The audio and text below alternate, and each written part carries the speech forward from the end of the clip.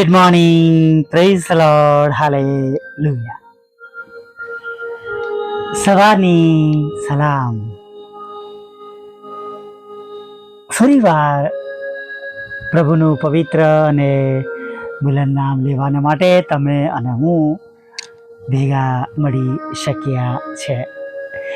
પ્રભુએ રાત્રિમાં આપણું રક્ષણ કર્યું છે અને સવારમાં જીવતાઓની ભૂમિ પર રાખ્યા છે નહીં, અને જીવતાઓની ભૂમિ પર ગણ્યા છે આપણને.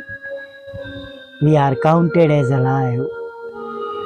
આપણે જીવતાઓની ભૂમિ પર છે.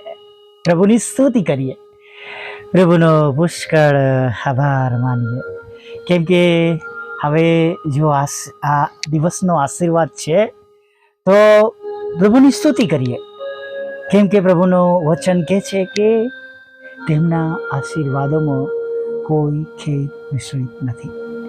Hallelujah, praise the lord. અને એવું પણ કહે છે કે તેમનો આશીર્વાદ ધનવાન બનાવે છે. હાલેલુયા. બીએ નહીં, ગભરાય નહીં. એથી વિશેષ આ માસનું આપણી પાસે વચન છે. આકાશનો ઈશ્વર અમને ફતેહ અપાવશે. Hallelujah, hallelujah. આકાશના ઈશ્વર અમને ફતેહ અપાવશે. પ્રભુના વચનોમાં આપણે જોયું ત્યારે એક જગ્યા પર આપણે વાંચીએ છીએ કે હું દુઃખી થયો એ મારે માટે ગુણકારક બન્યું. નહીં, આમ થોડું અલગ લાગે. દુઃખી થવું એ ગુણકારક બન્યું. ઘણી બધી વખત અમુક દુઃખ આપણા જીવનમાં આશીર્વાદો પણ લાવે છે, આપણને પ્રભુ તરફ પાછા પણ લાવે છે. Hallelujah, praise the lord. અને ખરેખર વાલા મિત્રો, જે તમારા મારા પ્રભુ પરમેશ્વર, રાજાઓના રાજા,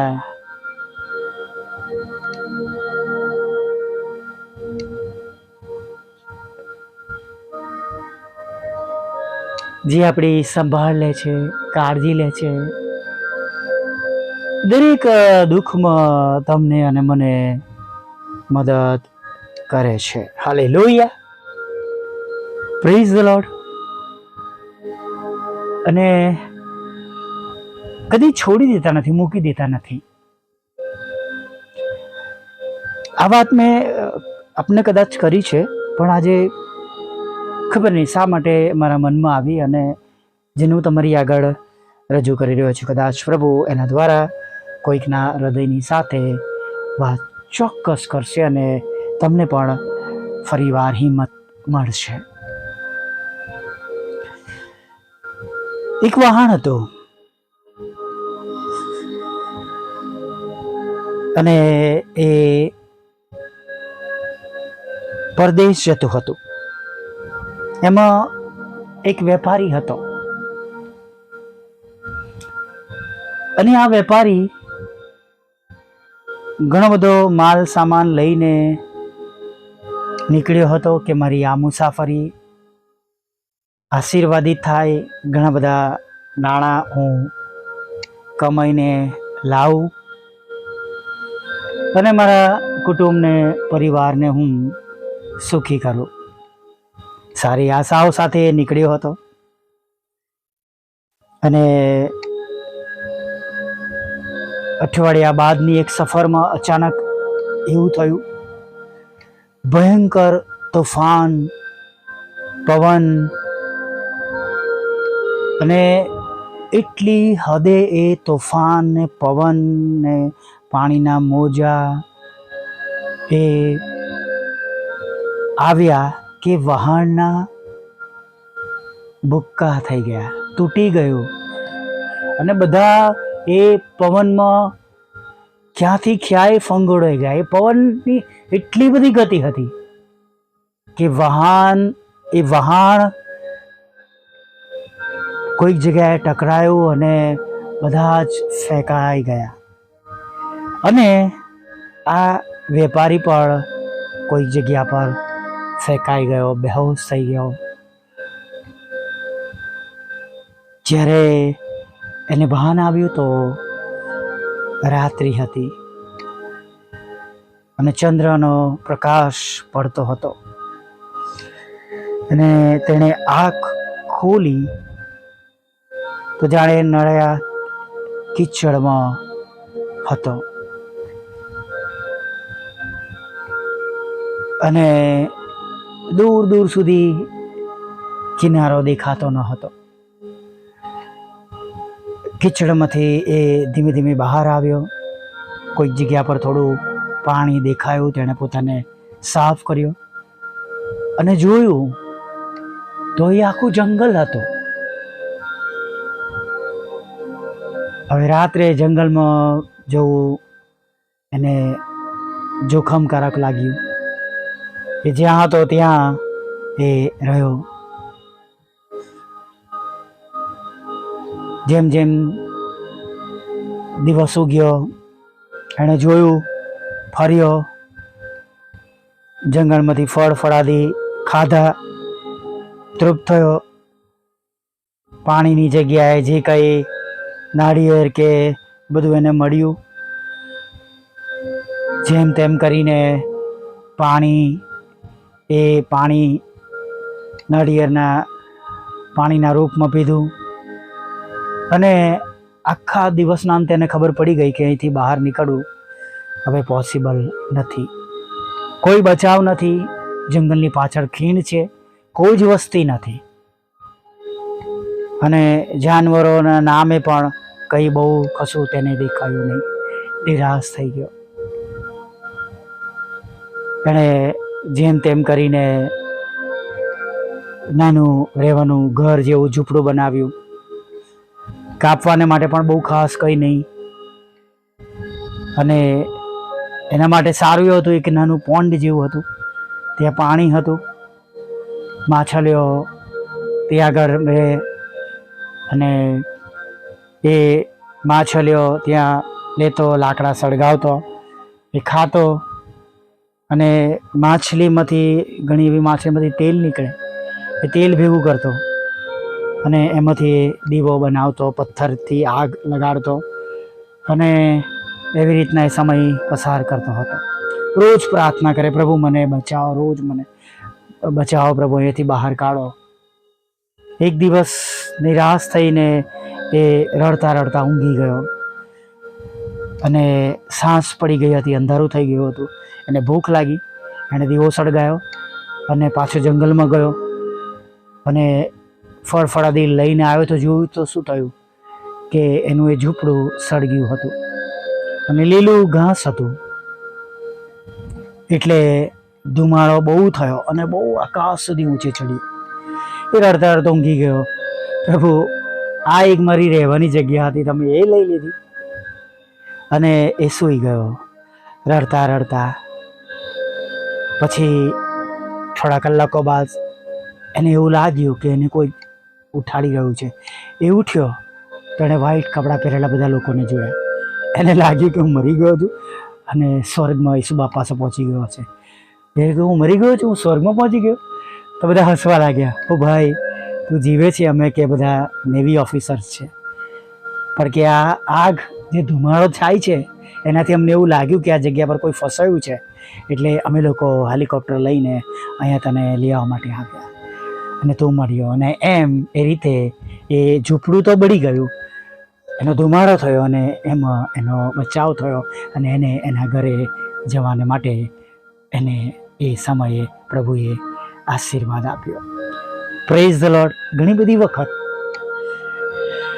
અમુક પ્રકારના દુઃખો આપણે માટે આશીર્વાદનું કારણ બની જાય છે. હાલેલુયા. મારા જીવનમાં પણ એવું ઘણું દુઃખ કે જે મારા માટે આશીર્વાદનું કારણ બની ગયું, મને સેવક બનાવી દીધો. હાલેલુયા. નહીં તો હું તો પ્રભુથી બહુ દૂર હતો. પણ ઘણી બધી વાર અમુક દુઃખો, ઘણા બધી બાબતો ઓન એર વાત નથી કરી શકતો, પણ જે ન બનવી જોઈએ બાબતો બની, અને જેના લીધે જાણે હું પ્રભુની પાસે આવ્યો અને જ્યાં પ્રભુએ મારો ઉપયોગ કર્યો. માટે અમુક દુઃખોના કારણે દુઃખી ન થાય, નિરાશ ના થાય, પ્રભુ એમાં પણ આશીર્વાદિત કરી શકે છે, એ ચોક્કસ તમે વિશ્વાસ કરજો. આવો એક નાની પ્રાર્થના સાથે દિવસની આપણે શરૂઆત કરીએ. ભલા પ્રભુ, અમે તમારી સ્તુતિ કરીએ છીએ અને તમારો પુષ્કળ આભાર માનીએ છીએ. અને પ્રભુ, આભાર માનતા, સ્તુતિ કરતા, આરાધના કરતા પ્રભુ તમારા ચરણોમાં નમી જઈએ છીએ. તમને ધન્યવાદના અર્પણો ચઢાવીએ છીએ પ્રભુ. અને ખાસ પ્રભુ, આજના દિવસને માટે અમે તમારી સહાય અને મદદ માંગીએ છીએ પ્રભુ. આજના દિવસમાં તમે અમને દોરો, ચલાવો, અમને તમારું જ્ઞાન, બુદ્ધિ અને ડાપણ આપો, કે જેથી કરીને અમે તમારી ઈચ્છા પ્રમાણે પ્રભુ તમારી પાછળ ચાલી શકીએ પ્રભુ. હા પ્રભુ, તમારી ઈચ્છા પ્રમાણે અમે ચાલી શકીએ. અને પ્રભુ, દિવસના અંતે અમે બધા આશીર્વાદિત થઈએ. આજે આખો દિવસ અમારી સંભાળ લેજો પ્રભુ. ખોરાક, વસ્ત્ર, અન્ન, પાણી આપજો પ્રભુ. તમારા હાથના કામોને તમે આશીર્વાદિત કરજો. અને પ્રભુ, જેમ અને જે રીતે તમારા લોકોને તમારી સહાય અને મદદની જરૂર છે પ્રભુ, તમે તેમને સહાય અને મદદ કરજો. તમારી ઓળખાણ બધાને મળે એવું તમે થવા દેજો. દરેક કુટુંબને, દરેક જીવ કબૂલ કરે તમે દેવના દીકરા છો પ્રભુ, એવું તમે થવા દેજો. અને વિશેષ પ્રભુ, જેમ સ્વર્ગમાં તેમ પૃથ્વી પર તમારી ઈચ્છા પૂરી થાય અને તમારું રાજ્ય વહેલું આવે પ્રભુ, એવું તમે થવા દેજો પ્રભુ.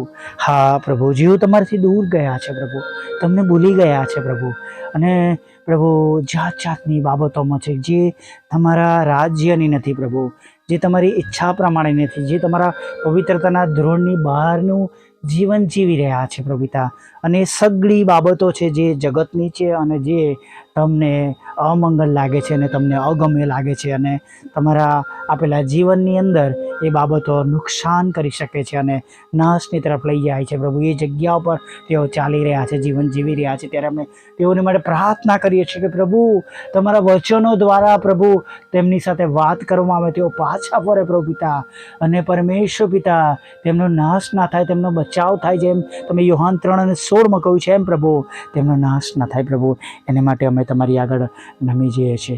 સાથે પ્રભુ, દરેક પ્રકારના રોગોથી પીડાતા લોકો માટે અમે પ્રાર્થના કરીએ છીએ. જ્યાં કંઈ છે પ્રભુ, આખા વિશ્વમાં જ્યાં કંઈ તેઓ માદા છે પ્રભુ, અને જે કંઈ પ્રકારના રોગો તેમના શરીરમાં છે પ્રભુ પિતા. હા પ્રભુ, કેન્સર છે પ્રભુ, લાઇલાજ બે ઇલાજ છે પ્રભુ, જેની માટે કોઈ અત્યારે સાજા પડવાની શક્યતા નથી. ટીબી છે, અકસ્માત થયો છે, હાથ પગ તૂટી ગયો છે, આંખો ચાલી ગઈ છે, કાનની નસો બંધ થઈ ગઈ છે, કાનની નસો સુકાઈ ગઈ છે, બરાબર સંભળાતું નથી.